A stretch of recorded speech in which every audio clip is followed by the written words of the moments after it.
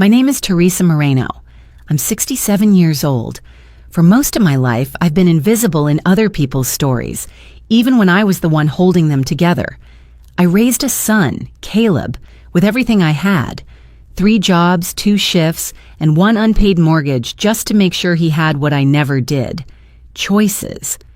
And now, I sit here, across the restaurant patio of the Santa Aurora Resort, watching him celebrate a life I apparently no longer belong in. He doesn't know.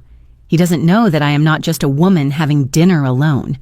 He doesn't know that I am not just the gray shadow in his background. He doesn't know I own this entire place. From the corner of my table, I see Caleb raise his glass. His wife, Vanessa, leans in to kiss his cheek. Laughter spills between them like wine. I should leave, but I don't. Not tonight. The waiter approaches. "Would you like another tea, Madame Teresa?" I nod gently. He sets it down with the kind of warmth you only earn after years of shared quiet. And then I see it. Vanessa's eyes have locked on me. A flash of irritation flickers across her perfect face. She whispers something to Caleb. His smile drops. A second later, their waiter is summoned. Not discreetly.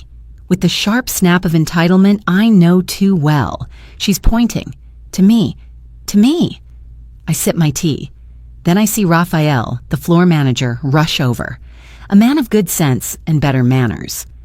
He listens to Vanessa's hushed words, gives a slow blink, and straightens.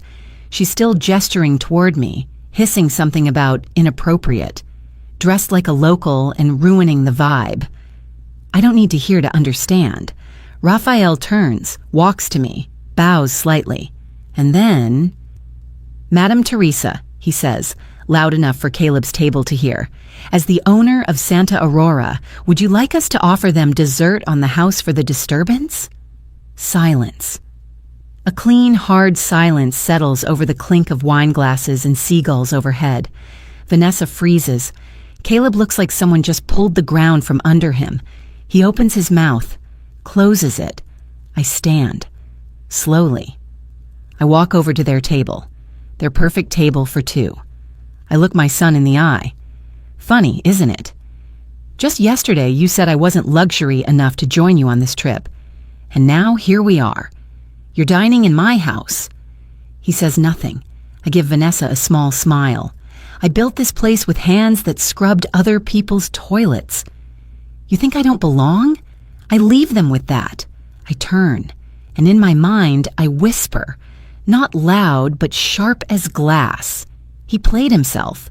Not me. Some people learn their lessons in schools.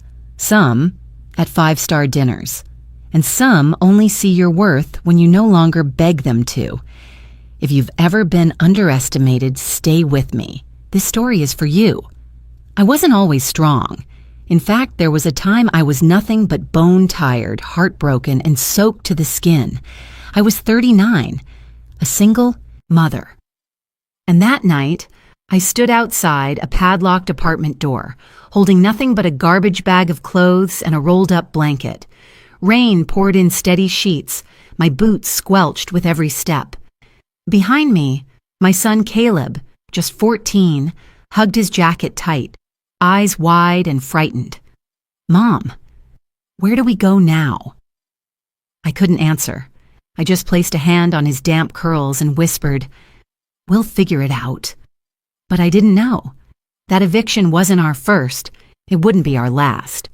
I was always 2 paychecks behind, 1 emergency away from collapse. We spent that night in the corner booth of a 24-hour diner. I bought 1 cup of tea to share between us so they wouldn't kick us out. Caleb slept with his head on my lap. I stayed awake, watching the rain streak down the glass, timing my hope with the flickering of a broken fluorescent light. Life didn't hand me options. I cleaned houses in the morning. I served tables in the afternoon. I bathed strangers in hospice at night.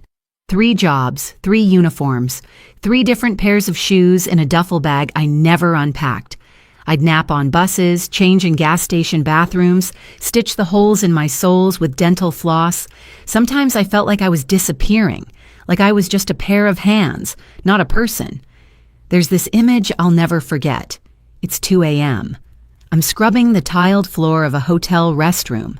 The world smells like bleach and despair. My back aches. There's blood on my knuckles from overwork. I catch my reflection in the mirror above the sink. Eyes hollow, cheeks sharp, a face I don't recognize. I look older than I should. But then, Caleb's voice echoes in my memory. If I ever make it, Mom, I'll buy you a house. He was 10 when he said that. Drawing it with crayons, a white house with blue shutters and a red door. I taped it to the inside of my locker at the restaurant. That night in the restroom, I smiled through the pain. Because I wasn't cleaning toilets for pride.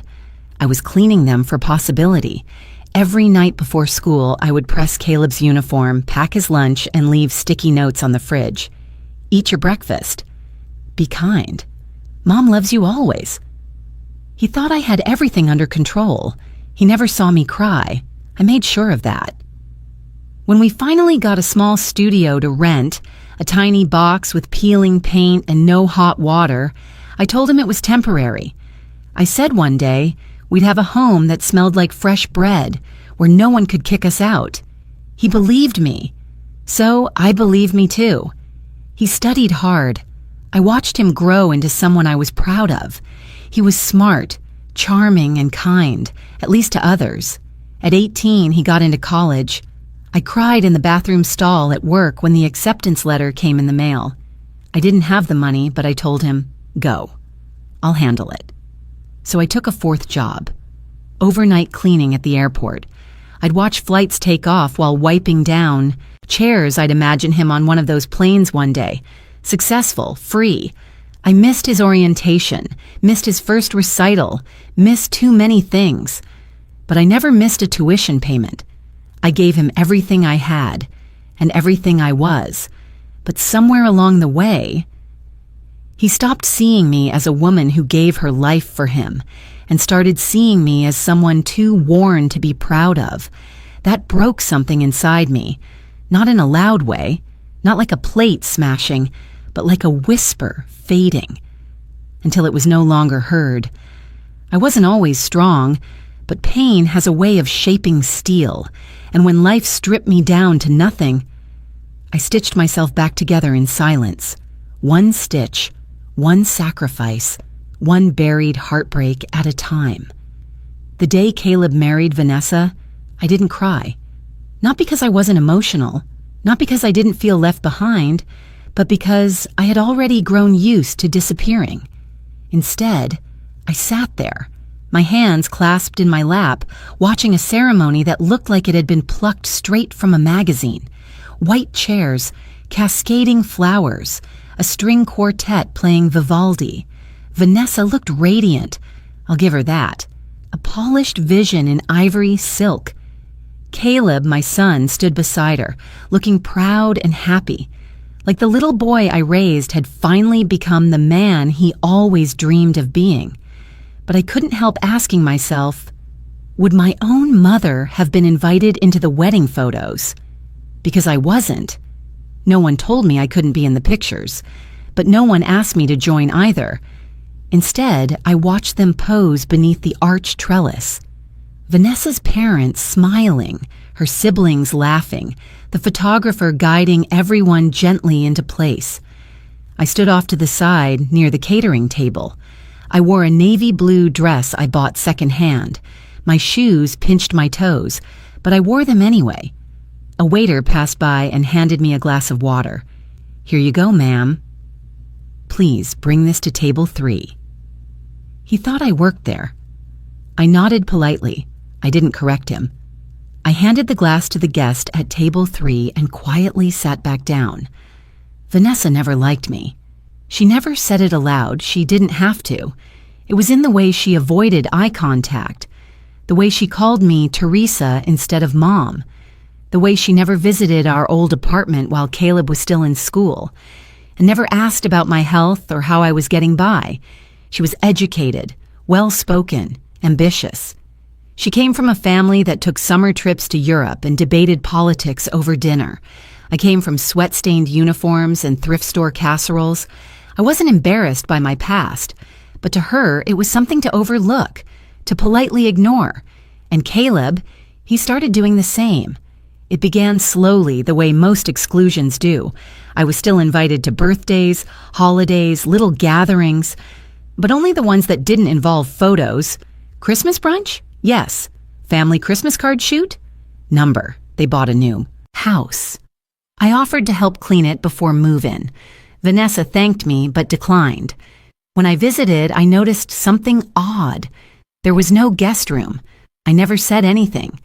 But deep down, I knew what that meant. There was no space for me, not even in theory. The thing about being excluded isn't always about being shouted at or insulted. Sometimes it's just being unseen, unacknowledged, untouched, uninvited. At the wedding, I sat at the last table, next to a distant cousin and someone from Vanessa's office I'd never met. They didn't even serve fish at our table, just dry chicken. Vanessa danced with her father, then her mother, then her sister. When Caleb took the microphone to thank his family, he said, "To my amazing new parents who welcomed me like a son, and to my beautiful wife who makes everything better." Nothing about me, not one word. And I sat there smiling, clapping, holding in the ache, because I didn't want to make a scene, because I didn't want to ruin their day, because I'd raised Caleb to shine, not to look back. But it still hurt. It still felt like I had spent years building a house, only to be locked out of it. I remember sneaking out early. No one noticed. Outside, I stood under the canopy of twinkle lights near the valet. A gentle breeze rustled my dress. The moon was full, and I whispered to myself, maybe I was never meant to be in the frame. But something inside me shifted that night. It was the first time I saw the truth clearly. That love, when taken for granted, becomes invisibility. And invisibility has a cost. I first heard about the trip from my neighbor Gloria. She was walking her little terrier past my porch one morning and said with a smile, "I heard Caleb and Vanessa are going on some big anniversary getaway." 10 years already. Can you believe it? I nodded politely, masking my surprise. 10 years? Had it really been that long? I hadn't received a call. No mention of it at our last Sunday dinner. Caleb had talked about work stress. Vanessa had scrolled through her phone between bites of salad. Nothing about a trip. But maybe it was a surprise. Maybe they were still planning. Still, something inside me stirred. Hope. That fragile, dangerous thing. A week later, it arrived. Not a formal card, not a phone call. Just a text. Short. Casual. Like it wasn't supposed to hurt. "Hey Mom, just wanted to let you know Vanessa and I are doing a 10-year anniversary trip next month. Nothing major, just a little escape. It's kind of upscale, so we figured it's best you stay back and rest. Don't be upset, okay? You deserve to relax at home. I reread it 5 times. My thumb hovered over the reply box, but I didn't type anything. Instead, I just stared at the message. Let it settle. Let it sting. It wasn't the words. It was what they didn't say. No, we wish you could come. No, let's plan something after. No, you've earned this. With us, just a gentle brush off wrapped in a soft emoji, a modern way to say, you don't belong in this part of our lives. They'd booked something a little upscale, and somehow I wasn't part of that world. I sat at the edge of my bed, the message still open. The clock ticked quietly in the background. The light through the blinds painted pale stripes across the floor, and somewhere deep inside my chest, I felt something shift. A tiny shard of glass, turning, cracking. It didn't shatter. Not yet. But it moved. That's how it starts. Not with an explosion, but with a tilt. I didn't cry. I didn't call to ask why. I simply turned off my phone and folded the laundry in silence. But my mind replayed things. The birthday brunch where they forgot to pick me up. The Thanksgiving where they brought their own dishes because Mom's food is too heavy. The Mother's Day card signed only by Caleb, never by Vanessa. So many little exclusions. So many small reminders that I wasn't part of the picture. I thought about all the vacations we never took. When Caleb was young, we never went anywhere. We couldn't afford to. Our getaways were blanket forts in the living room. Library day passes, picnics made from leftovers. I once saved up for 3 months just to take him to a cheap water park. He was 9. I still remember how his face lit up when we entered. Back then, he clutched my hand everywhere we went. Back then, I was his whole world. And now, I wasn't even worth a plane ticket. They didn't need me to come. That's fine. But to tell me not to feel bad, that's what hurt the most, as if they already knew, as if they knew it would sting, but sent it anyway. That kind of consideration without kindness, it leaves bruises you can't explain. That night, I sat on the porch with a cup of lukewarm tea. My eyes followed the stars. The wind rustled the trees like whispers I couldn't quite hear. I whispered back to the dark, maybe it's time to stop waiting to be included, because being left out was painful. But being quiet about it, that was worse. I arrived at Santa Aurora just past noon, wearing a plain cardigan and carrying a single suitcase. The sun was warm but not cruel, and the breeze that rolled in from the sea carried a sweetness I hadn't tasted in years. Hibiscus and salt and something that felt a little like freedom. A young man in a crisp linen shirt opened the car door. "Welcome back, Madame Teresa," he said with a respectful bow. I nodded softly. "Thank you, Raphael." He didn't ask questions. He didn't offer champagne or a cold towel like he would for the other luxury guests. He simply took my luggage and led me down the stone path, past the grand suites and infinity pools, all the way to a modest bungalow nestled beside the butterfly garden, Unit 8, exactly where I asked for. I chose it not because it was expensive. In fact, it was one of the simplest accommodations on the property. But I remembered it. This was the bungalow where I first stayed when I visited Santa Aurora 30 years ago.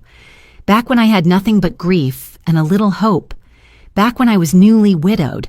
Back when I was just a cleaning lady who had borrowed money to take a bus to the coast, because I needed to breathe somewhere that didn't smell like bleach. I'd fallen in love with the place then, not because of its grandeur, but because it felt like the kind of peace I never thought I could afford. I remember sitting on the wooden bench by the butterfly garden, watching the blue morphos float through the air, as if the universe was reminding me that transformation didn't have to be loud. That same afternoon, I met Mrs. Karina Delgado, one of the original co-founders of the resort. She noticed I was alone. She asked me about my life, and instead of pitying me, she said something I never forgot. Sometimes the women who carry the most weight wear the quietest shoes. She invited me back the next year, told me about a small round of private investment opportunities. I didn't have much, but I said yes. The flash of a memory hits me. My trembling hand signing the paperwork under the guidance of a kind-eyed attorney, the quiet whisper of pen on paper, the feeling that maybe, just maybe, I had finally bought myself a seat at the table. Years later, when I had enough saved, I transferred part of that investment into ownership. Discreet, silent, held in trust. I never told Caleb, never told anyone. Santa Aurora became the one thing in my life that was mine and only mine. No one could take it. No one could dismiss me there. And I never used it, never called in favors, never demanded privileges, until now. I stepped into the bungalow. The room was simple, with wooden shutters and cream linen curtains that danced in the breeze. On the nightstand sat a fresh orchid and a folded welcome letter. "We're honored by your return, Madame Teresa. As always, your presence is a blessing." I sat on the edge of the bed, ran my fingers across the hand-woven blanket, and exhaled. Not the kind of breath you take every day, but the kind that says, I made it back. I didn't come to Santa Aurora to prove a point. I came because I needed to remember the woman I used to be before I shrank myself to fit into everyone else's lives. Here I wasn't just a mother, or a burden, or an afterthought. Here I was Teresa, a woman who survived, a woman who invested in herself, a woman who belonged, even if no one else saw it. I walked out to the garden that evening. The butterflies were still there, blue, gentle, unapologetically beautiful. One landed near my shoulder, and I whispered, "You remember me, don't you?" No one knew I had arrived yet. I asked the staff not to announce me. I didn't want champagne receptions, didn't want welcome parties, didn't want to parade my name. All I wanted was to sit at that quiet table by the sea, and for once in my life taste something I had built with my own 2 hands, not to show off, not to win, but to exist, fully, unapologetically. "Grandma?"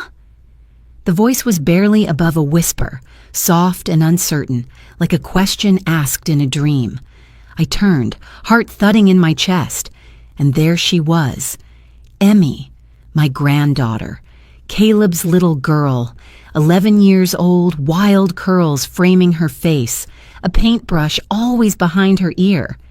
She stood in the narrow path between the butterfly garden and the main dining hall, barefoot, clutching a sketch pad to her chest, her eyes wide with disbelief.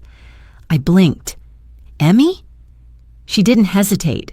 She ran straight into my arms the way children do when they're too young to know how to hide their joy. Her tiny arms wrapped around my waist, and I knelt down in the grass, holding her like I used to when she was still small enough to fit in my lap. "I thought you weren't coming," she whispered. "Daddy said it was just them and the fancy guests." "No grandparents," I smiled. "Let's keep it our little secret, Just you and me. We'll have our own world here. Quiet, beautiful, no rules." She pulled back and grinned. "Like a secret mission?" I nodded. "Exactly." I led her to my bungalow. She tiptoed like a spy, laughing quietly at the idea of being undercover. "This place is way nicer than the room we're in," she whispered. "Yours smells like flowers." That made me chuckle. I poured her a glass of mango juice and sliced up some fruit from the welcome basket. She flopped onto the bed and began flipping through her sketch pad, showing me half-finished drawings of waves, palm trees, and odd little portraits of waiters and tourists. "I like drawing people who don't notice me," she said. "They're more real that way." Something in my chest ached. "You always notice everything, don't you, Em?" She looked up, suddenly serious. "I notice when you're not around." We made a pact that day to meet every afternoon at the edge of the butterfly garden, to keep my presence a secret from Caleb and Vanessa, to build a little haven where she didn't have to walk on eggshells. She brought me seashells from the beach and stories from the dinner table. I taught her how to press flowers between pages, how to listen for crickets when the sun dipped low. One night she asked, "Grandma, why don't they let you come on trips like this?" I could have said 1,000 things, but I only answered, "Sometimes grown-ups forget who loved them first." She didn't reply. She just leaned her head on my shoulder, quiet as the dusk. At dinner that evening, I watched from afar. I always took my meals outside, away from the main hall. But Emmy sat inside, across the long table from her parents, swinging her legs beneath the linen. Halfway through dessert, she dropped something, a folded napkin, neatly creased. I saw her glance around nervously, then slide it under her plate. Later that night, when I walked her back to her room through the garden path, she handed it to me in secret. "Open it when you're alone," she whispered. I sat on my bungalow's porch under the soft flicker of a lantern. The waves whispered in the distance. I unfolded the napkin carefully. Inside was a sketch. Me, sitting beneath the bougainvillea. Butterflies dancing around my shoulders, a gentle smile on my face, lines around my eyes that she hadn't erased, a crown of wildflowers above my head. She had drawn me the way she saw me, not as a forgotten old woman, but as something soft and strong. At the bottom, she'd written, "My real queen." I stared at the drawing for a long time. Tears came quietly, not from sadness, but from the overwhelming truth that this little girl, this intuitive, brilliant child, saw me more clearly than my own son did. And that was enough. More than enough. The first time Caleb walked past me at the resort, he didn't even flinch. Not a glance. Not a second look. Just the breeze of his tailored linen shirt brushing the air as he hurried to the bar. I was sitting near the orchid pond, where the tiles met in a mosaic I had helped design decades ago. My hair was pulled into a low bun, sunglasses on, wearing a soft linen dress that melted into the stone bench beneath me. He didn't recognize me, and I didn't stop him.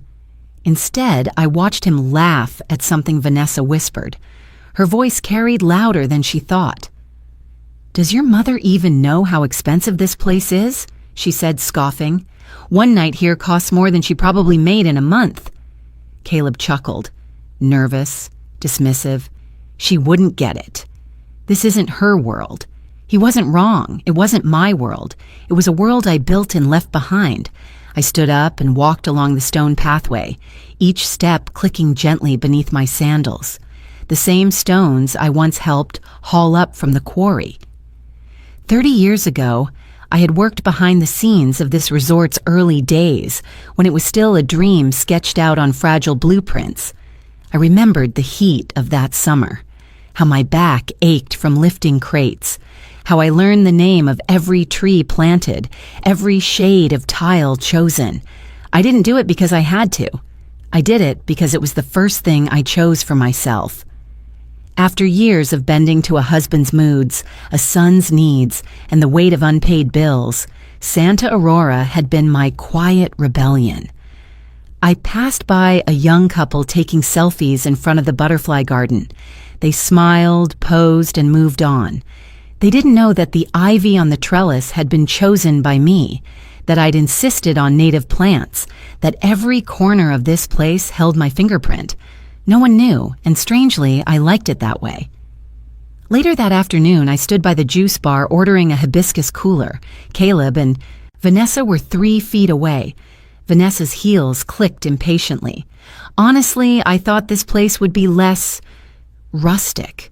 Too many old people hanging around Caleb looked over at me briefly, then away again. No spark of recognition. "I told you we should have gone to Santorini," he muttered. "This resort's old money. It's probably owned by some retired heiress who's never even been here." I smiled at the bartender, who handed me my drink with both hands. "For you, Madame Teresa." "Always a pleasure," Vanessa blinked. Caleb didn't notice. That evening, I walked alone through the moonlit garden trails. I touched the vine-covered walls, sat on the stone bench under the fig tree, listened to the same wind that had once carried the sound of my hammering when we were laying the wooden beams on the spa pavilion. And I remembered everything. There's something about being invisible that's freeing.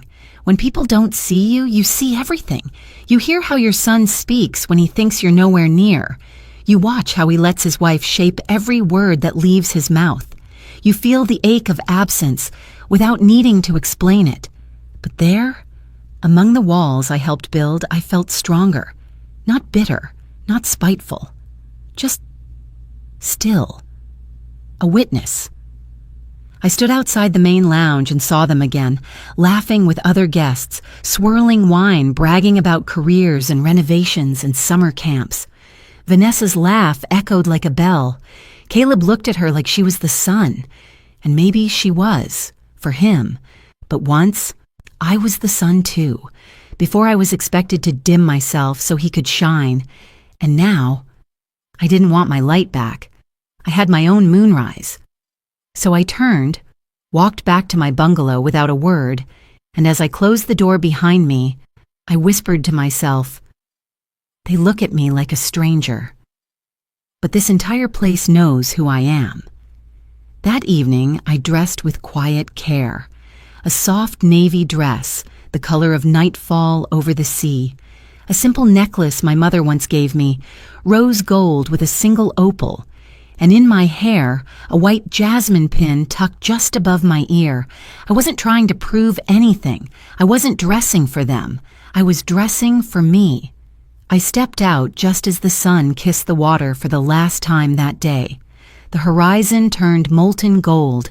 Every breath carried salt and hibiscus. Santa Aurora looked exactly as I dreamed it would. All those years ago, when I first dared to imagine I could build something that would last longer than my exhaustion. The restaurant perched over the shoreline, lit by soft lanterns, each table flickering in candlelight. The sea hummed below like a memory. I saw them immediately, Caleb and Vanessa, seated near the terrace railing. It was their 10-year anniversary dinner. They were dressed to impress. Vanessa in a shimmering champagne gown, Caleb in his finest beige blazer. Everything about them screamed curated perfection. I moved toward my reserved table, a quiet corner by the stone balustrade, where the sea breeze found its way through the palms. I had reserved it hours earlier under my name. Not Miss, not Mrs., just owner. I sat down. The server placed a linen napkin on my lap and poured a glass of water with a lemon wedge. A soft voice called, "Madame Teresa, may I bring your usual dessert tonight? Lavender creme brulee?" I smiled and nodded, and just then Caleb noticed me, his brows furrowed. Vanessa turned, their expressions twisted in unison, confusion, discomfort, displeasure. Vanessa leaned in toward their server and whispered something. The manager was called. A tall man in a crisp suit approached my table gently. I knew what was coming. I'd lived enough years to read lips and read moods. Vanessa had likely said, "Please escort that woman away. She's distracting, and we're paying for a peaceful night." But the manager smiled warmly at me instead, turned to them, and said the words I'd waited decades to hear. "Madame Teresa is the owner of this resort." The silence that followed felt like thunder underwater. Vanessa blinked rapidly. Her mouth opened, but no sound came. Caleb stared at me as if I were a ghost. I stood slowly, quietly, walked over to their table, placed one hand on the back of a chair. "Yesterday," I said, "you told me I wasn't quite fit for this trip, that I wouldn't blend in. Today, I am not the woman behind your seat. I'm the woman who built the floor beneath it." Caleb looked as though he'd been struck. His eyes searched my face for something familiar, but what he saw was not the tired mother who used to scrub toilets and bring him hot soup at midnight. He saw someone he didn't know how to understand. Vanessa's lips curled, defensive now. "You've been spying on us?" she hissed, voice just above a whisper. "No," I said. "I've been here the whole time. You just never looked closely enough." There was a beat of silence. Then a small hand reached up from beside me. Emmy, sweet Emmy, had been sitting at a nearby table with a book and crayons. She tugged my sleeve, then shyly slipped something into my hand, a folded napkin. When I opened it, I nearly forgot to breathe. She had drawn me, sitting on a throne made of jasmine and stone, with a crown of flowers atop my head. In the background, soft waves and butterflies. She'd written one word at the bottom, in uneven, wobbly handwriting. Queen. My eyes watered, but not from pain, from recognition. This child, this little soul saw me, not through titles, not through money, but through love. I bent down and whispered in her ear, "Thank you, darling. That's the most precious gift I've received in years." Emmy giggled and hugged me around the waist. Then she looked up at her parents. "Why didn't you tell me Grandma owns the resort?" Vanessa looked away. Caleb exhaled, defeated. I turned, back to my table, sat down, picked up my fork, and when dessert arrived, I cracked the caramel top of my creme brulee with a quiet smile. I didn't come here to flaunt anything, I thought to myself. I just wanted to see if the life I built still remembered me. Turns out it did, even if my own son did not. The night was gentle, but the wind carried a quiet tension. I sat alone on the small veranda of my bungalow, a shawl draped around my shoulders. The garden was asleep, the butterflies long tucked into leaves, the scent of plumeria soft in the air. I sipped warm chamomile, the mug cupped in both hands. Silence suited me, but then a knock. Hesitant, not loud. 3 taps. Then stillness. I didn't move at first, then came the voice. "Mom, it's me." I opened the door. Caleb stood there, awkward, eyes red-rimmed, hands shoved in the pockets of a jacket he didn't need in this climate. We just looked at each other for a moment, then I stepped aside. He sat down on the small cushioned chair across from mine. Not a word. He didn't know how to start, but I did. I reached into a woven box near my nightstand and pulled out a photo. It was old, wrinkled at the corners with a water stain on the left edge. I handed it to him. He looked down and stilled. It was me, at 39, hair soaked from rain clinging to my face, a garbage bag in one hand, a choked expression on my face. Behind me, a rusted metal gate, a sign that read, "Tenants must vacate." And in the far corner, a 14-year-old boy, thin, scared, him. Caleb blinked rapidly. He traced the edges of the photo with his thumb. "I haven't seen this in years," he said, voice barely audible. I nodded. "That night," I began, "I promised myself something. I said, one day I will own a place no one can throw me out of, a place that's mine, that no one can lock me out of." He stared at the photo. Still no words. "And now," I continued, "I do.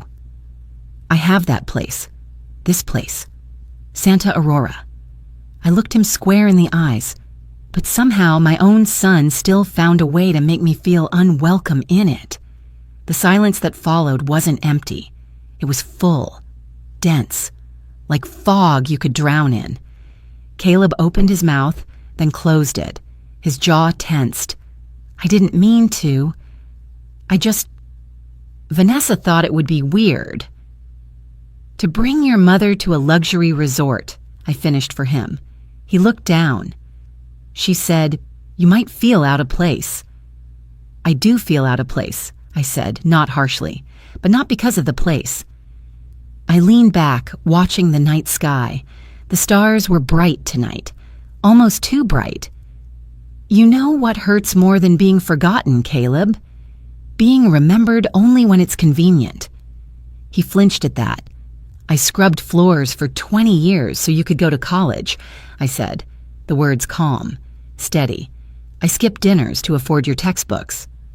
I wore cracked shoes so you could wear polished ones. And now, when I finally have a seat at the table, you don't want me there." He ran a hand over his face. "I didn't mean to shut you out." "Intentions don't shelter people," I replied. "Actions do." For a long while, neither of us spoke. The waves crashed gently in the distance, a rhythm older than our grief.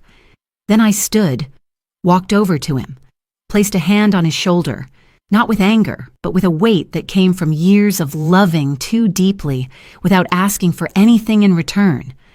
"I'm not asking for thanks," I said. "I'm not even asking for space in your life.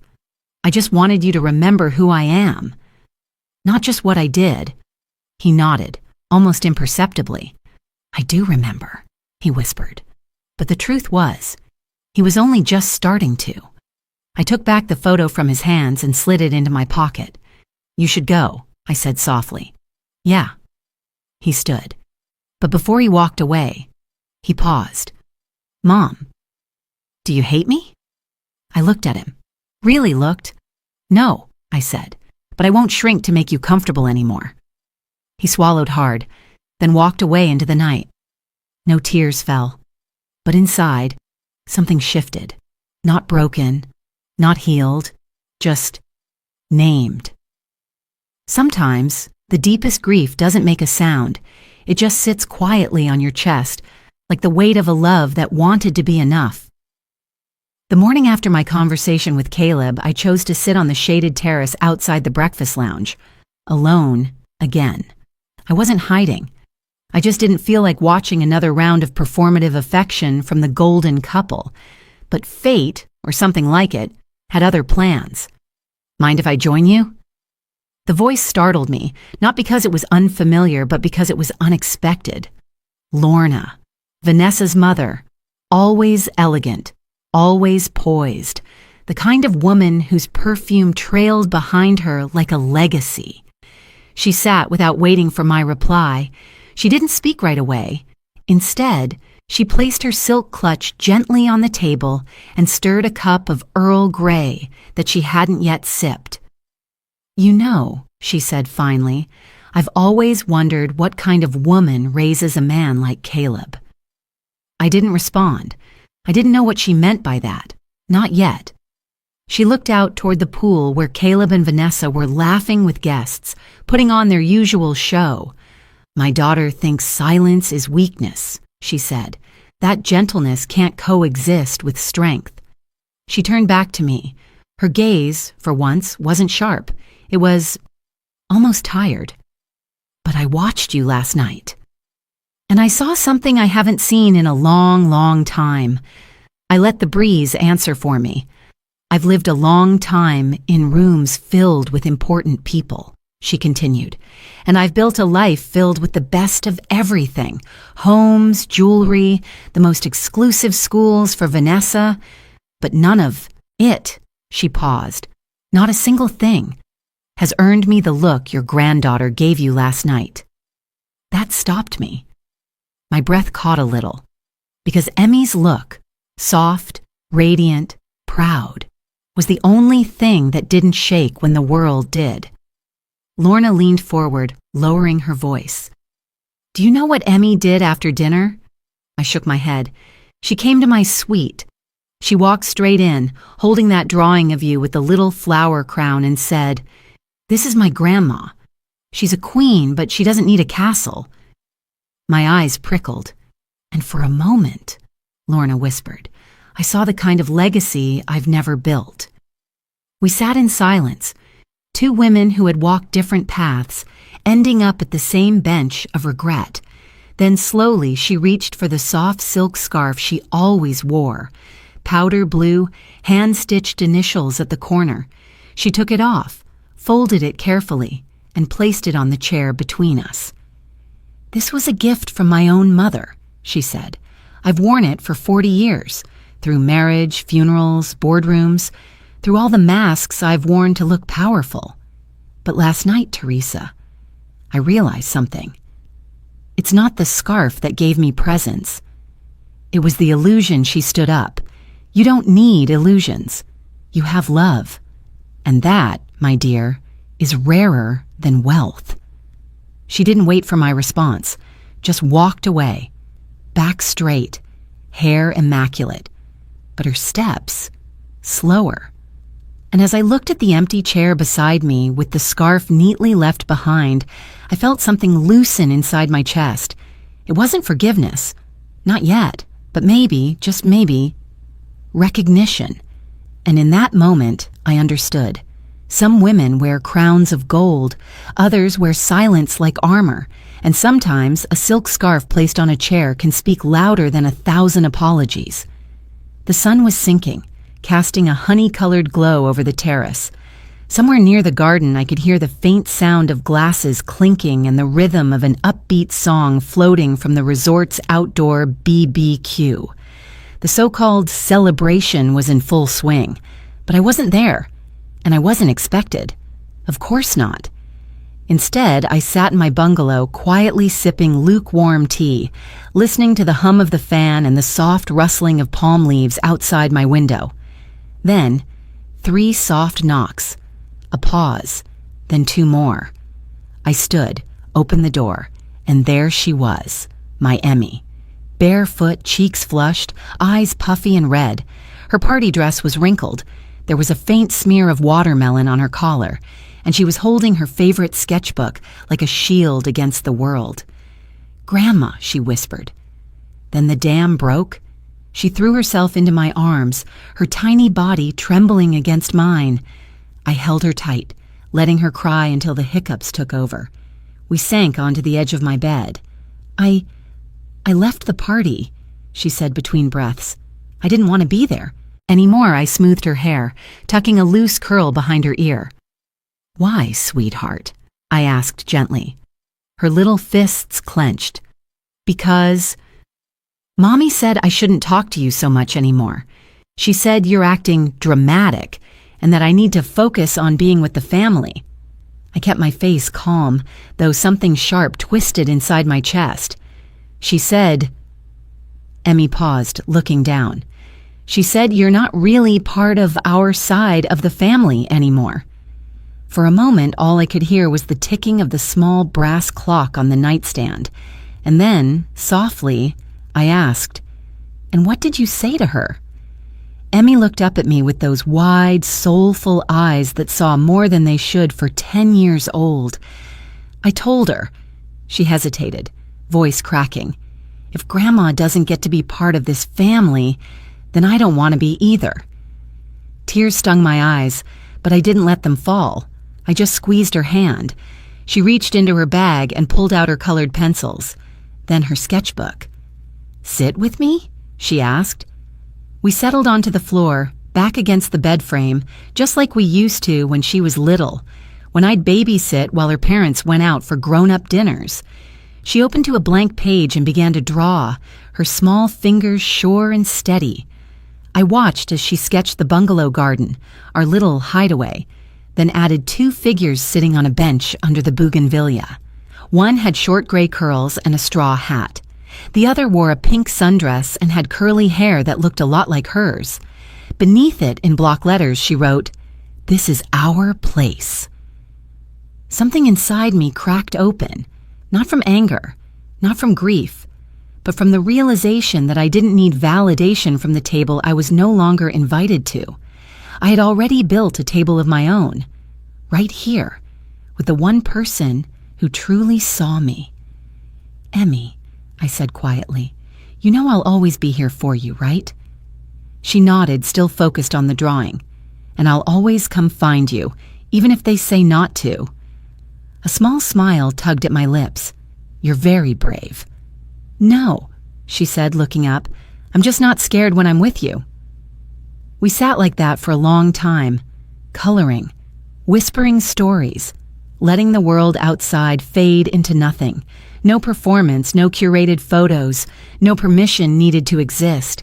Just the sound of a little girl reclaiming her truth, and a grandmother learning that sometimes love finds its way back through the smallest of voices. By the time the moon replaced the sun, Emmy had fallen asleep on the bed, her hand still resting on the page she had drawn. I tucked her in, kissed her forehead, and whispered, "No one can erase what we've built. Because some families are drawn in ink and blood, but others are made in crayon and kindness. And those are the ones that last forever." The morning sun filtered through the high glass. Panels of the Santa Aurora conference hall. Clean, sharp light bounced off every polished surface. Mahogany table, chrome water pitchers, freshly printed investment documents. I wasn't on the guest list, but I didn't need to be. I stood quietly at the door for a moment, watching the scene unfold. At the head of the table, Caleb was speaking in confident tones I didn't recognize anymore.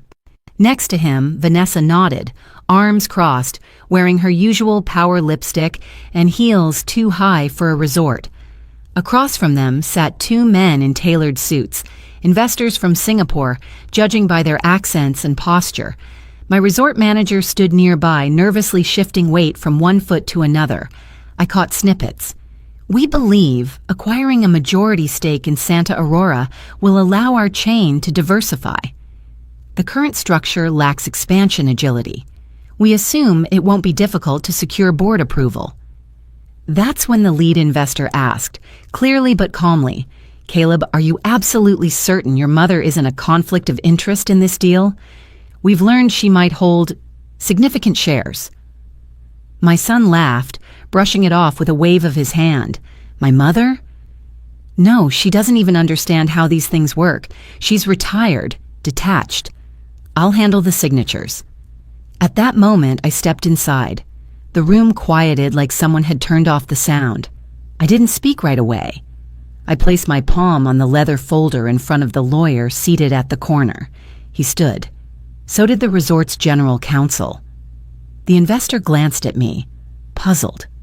The manager nodded, then cleared his throat. Gentlemen, allow me to formally introduce Madame Teresa, the majority shareholder of Santa Aurora.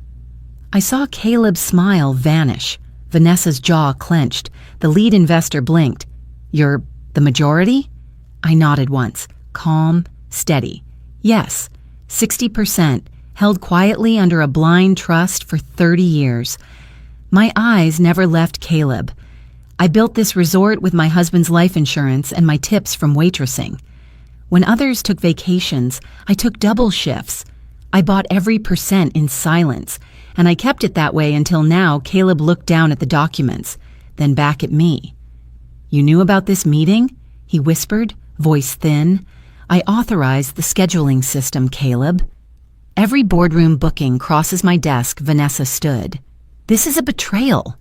I turned to her gently. No, Vanessa. A betrayal is leaving your mother-in-law off your family tree while trying to profit from her silence. Then I turned to the investors. I've reviewed the proposal, and I've made my decision as majority owner. The lawyer beside me slid the final page across the table, unsigned. Santa Aurora declines the offer. The room fell into stunned silence. No raised voices, no dramatics, just the crisp sound of a deal dying mid-breath. Caleb sank into his chair, pale. Why would you do this? He asked. I took a breath, then spoke quietly. Because I'm no longer the woman who scrubs toilets and begs for a space at her own son's table. I gave you life. I gave you choices. I gave you my silence. I stepped closer, picked up the pen from the center of the table, and placed it down. But this time, I don't sign. I don't enable. I don't disappear. Vanessa looked like she wanted to scream. Caleb didn't speak again. And I smiled, not out of cruelty, but out of peace. For the first time in decades, my voice held weight. My presence took space, and my boundaries were no longer negotiable. The investors respectfully gathered their documents and stood. One of them offered me a subtle nod of admiration. Wise decision, Madame Teresa. It's rare to see legacy guarded with such clarity. As the room emptied, I remained behind for a moment, looking out the floor-to-ceiling windows onto the infinity pool, glimmering like the years I'd held back. They thought I was just a relic, a footnote. But I was the foundation, and now I was the firewall too. The sky was beginning to soften, shifting from blazing gold to pale rose. I sat on the flat edge of the old stone bluff that curved above the ocean, my favorite spot since the resort's earliest days. Back then, it was just a hill with wind and wildflowers. No benches, no cameras, just sky, salt, and silence. The hush of the tide below was steady, calming, like a lullaby whispered to the bones. I heard footsteps crunch the gravel path behind me. I didn't turn. I already knew. Mom? I nodded slightly but said nothing. Caleb stood behind me for a while. I didn't offer to fill the space. For once I let him feel what silence truly carried. After some time he sat beside me, still not too close, just near enough. I don't even know what to say, he admitted. The sun dipped lower. The line between water and sky blurred. Then his voice softer this time. Why didn't you tell me, Mom? About all of it? The shares, the ownership, the struggle, all these years.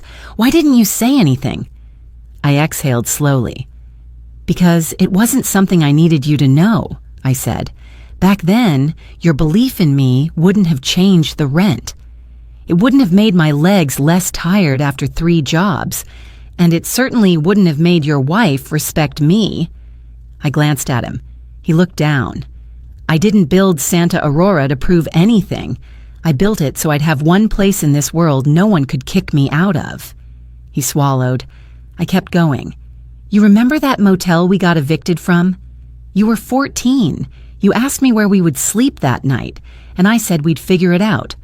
I remember, he said, barely audible. Well, I figured it out.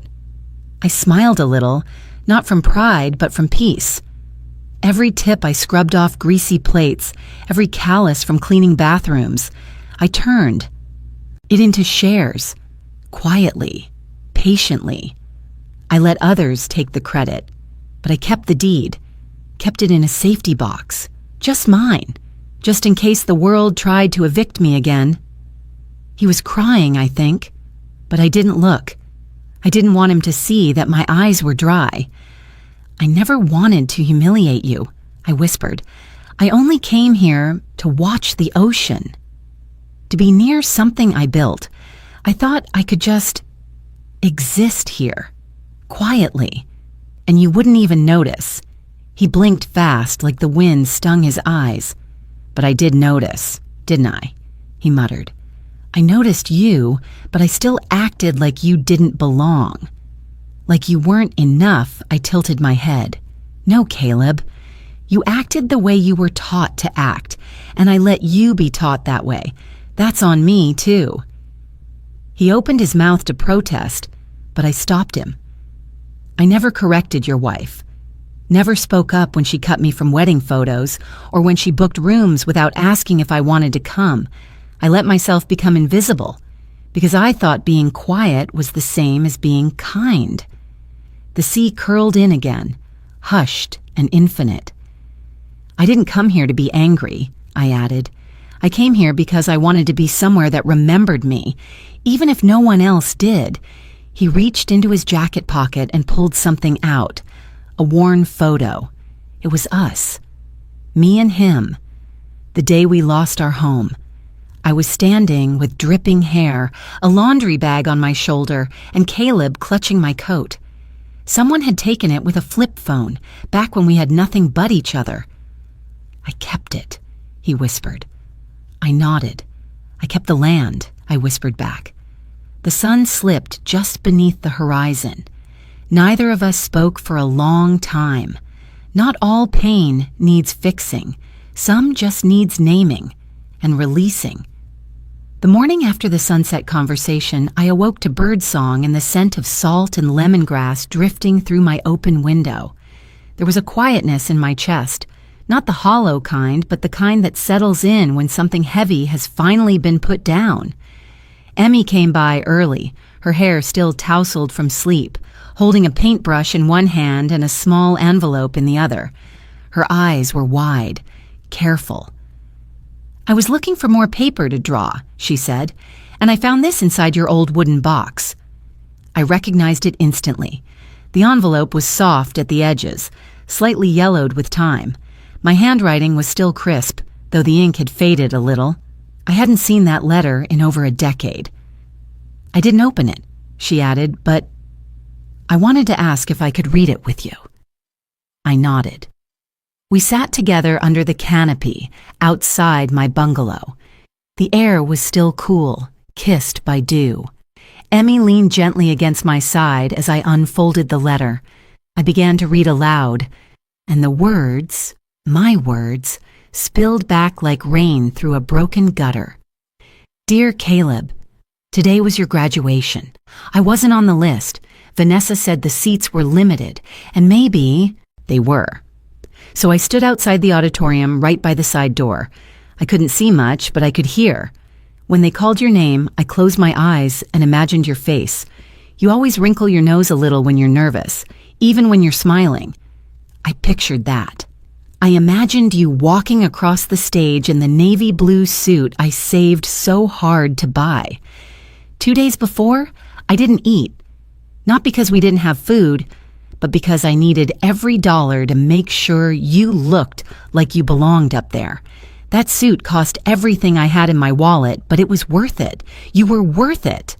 I wanted to shout when they said your name, but instead I just clapped, quietly, because I didn't want anyone to turn and ask who I was. They wouldn't have understood. They wouldn't have known that while I wasn't in the audience. I had been there all along. Love, Mom. When I finished, I didn't say anything. Emmy didn't either. She was tracing her small fingers along the edges of the paper like it was something sacred. I didn't know, she whispered, that they didn't let you go. I smiled faintly. Some things aren't about being let in, I said. Some things are about choosing to stay anyway, even if you have to sit outside. She looked up at me then, her eyes filled with a kind of softness far too deep for her age. Later that day, Emmy asked for permission to use the main lobby hall. The central display space had been turned into a small tribute to the resort's founding years, a mix of old photos, hand-drawn blueprints, and oil portraits. At the center was a black and white image of me, 40 years old, in my waitress uniform. I remembered the photographer back then, a visiting journalist documenting women workers in emerging resort towns. I never expected that photo to resurface, let alone be hung here. But Emmy, oh, that child, had something else in mind. She gently placed the letter in a hand-carved wooden frame. Then, without a word, she slid it onto the shelf below the photo. Not above, not beside, but right beneath it, like a root beneath a tree. Next to the frame, she tucked a small note she'd written in her rainbow-colored marker pen. She wasn't just the owner. She was always the heart. I stood a few steps behind, watching her. No one else was in the hall. The midday light spilled through the arched windows, dappling everything in gold. In that quiet moment, I realized the truth. We don't always get our applause when we deserve it. Sometimes it comes years later, in the form of a child who sees you fully, who names your worth out loud, not for the cameras, not for the crowd, but because love recognizes love, and truth doesn't need to shout to be eternal. I didn't announce my departure. No final dinner, no dramatic speech, no waiting for anyone to chase after me. That's not the kind of ending I needed. Instead, I folded my clothes with care, left a handwritten note for Emmy, and placed a small stack of documents in a linen folder on the front desk, addressed to the resort board and legal department. It was a plan I had drafted for years, but never dared to release. Retreat for Forgotten Women. A program fully funded by my shares at Santa Aurora, offering annual restorative stays for women like me. Women who had scrubbed floors in silence, raised children without applause, endured abandonment without bitterness. Single mothers, elderly widows, caretakers. Women whose names were never engraved on plaques, but whose lives carved silent foundations for others to stand on. The brochure read, "This resort wasn't built to impress. It was built to heal. May every guest who arrives feel what I once longed to feel, welcomed, remembered. Home I didn't leave out of pain. I left because staying was no longer necessary to prove my worth. My story had already rooted itself in the stones, the trees, the butterfly garden. Even if they take my name off the title deed someday, my soul will still breathe through every bungalow wall." When I wheeled my small suitcase to the front gate, the driver was already waiting. The morning sun had just begun to kiss the tops of the palms. Everything felt clean and untouched. Then I heard small footsteps. "Grandma!" Emmy came running, barefoot on the path, a sketch pad pressed to her chest. She reached me breathless and clung to my waist. "I knew you were leaving today," she whispered. "I wanted to say goodbye first." I knelt down, brushing her hair away from her face. "You don't need to say goodbye," I told her. "This place belongs to you too now. Not by name, but by heart." She pulled something from her sketch pad. It was a new drawing. Me, standing tall in front of the butterfly garden, my silver hair loose in the wind, surrounded by women of all ages, some old, some young, some in uniforms, some barefoot, but all smiling. At the bottom, she'd written in big purple letters, "Welcome home, Grandma. This is your place, and I'll grow up to make the world like this, too." I pressed my lips to her forehead. No tears, just a fullness in my chest so wide, it felt like breathing for the first time after holding it in for years.